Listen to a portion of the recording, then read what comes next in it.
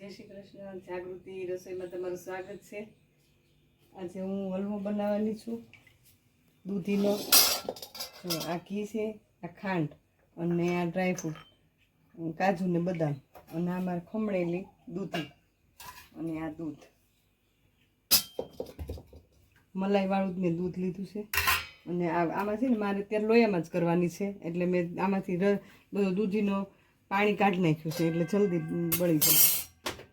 હવે હું ચાલુ કરું છું.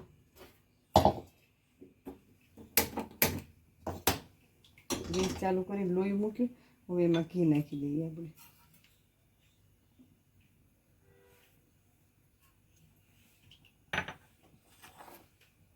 આવી ગયું છે ને, તો આ કાજુ બદામ આખા જ એમને ફ્રાય કરી નાખવાનું. થોડાક બહુ વધારે નહીં, થોડા થોડા તે કટકા નથી કરતી, આખા જ તેમાં તળાઈ ગેસ કાજુ બદામ. હવે આમાં કાઢી લઉં.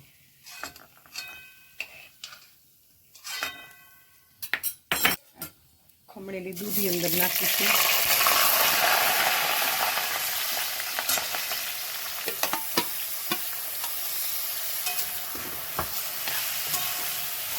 અત્યારે એમને ફાસ્ટ ગેસ ઉપર જ હું અત્યારે શેકું છું દૂધીની.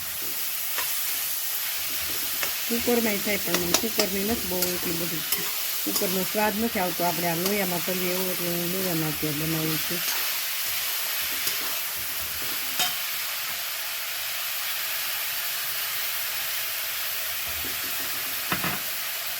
આપણે 5 થી 7 મિનિટ શેકવાનો છે. ત્યાં સુધી શેકી નાખું. સરસ શેકાઈ જાય પછી દૂધ નાખશું. અને હું અત્યારે હાઈ ફ્લેમ ઉપર જ શેકું છું, સ્લો ગેસ નથી કરતી. હમણાં શેકાઈ જશે. છીણ બધું શેકાઈ ગયું છે દૂધીનું. અને હવે હું દૂધ નાખીશ. મલાઈવાળું દૂધ છે, દૂધ નાખીશું. આપણે કુકરમાં કરવાનું હોય તો દૂધ ઓછું નખાય, પણ આમાં તો અત્યારે નાખું છું. અને ઉપરથી આ મલાઈ થોડીક છે, ફ્રેશ મલાઈ સવારની જ છે, એ નાખી દઉં છું.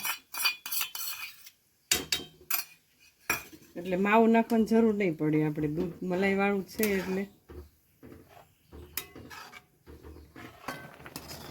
જો અત્યારે આપણે આ સિમરિંગ એટલે ખદખદે છે અત્યારે. આ જો બહુ થોડી વાર ખદખદવા દઈએ, હમણાં બધું દૂધ બળી જશે.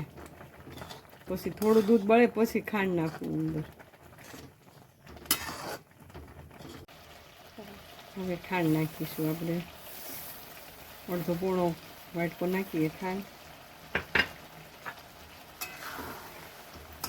જો દૂધનું પાણી બધું બળી ગયું છે. આ ખાંડનું પાણી થશે, એ હમણાં બળી જશે થોડી વારમાં. એનું બધું બળવા દીધું પહેલાં, પછી જ નાખ્યું ખાંડનું.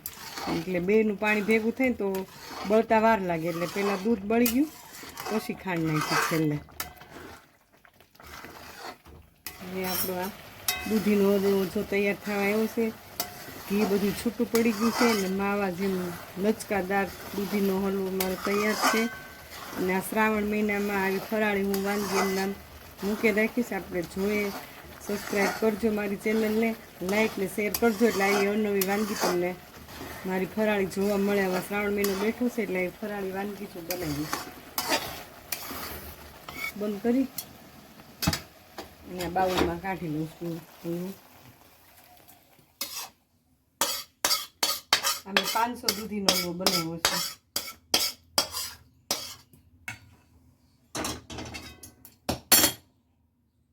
તૈયાર છે આપણો આ દૂધીનો હલવો.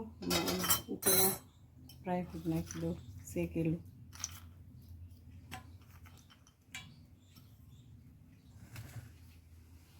મોટા લોકોને ખાવું હોય, આપણે ઉંમરલાયક લોકોને, તો ખમણી ન ખાય. મેં અત્યારે આ આખા જ નાખ્યા છે કાજુ બદામ.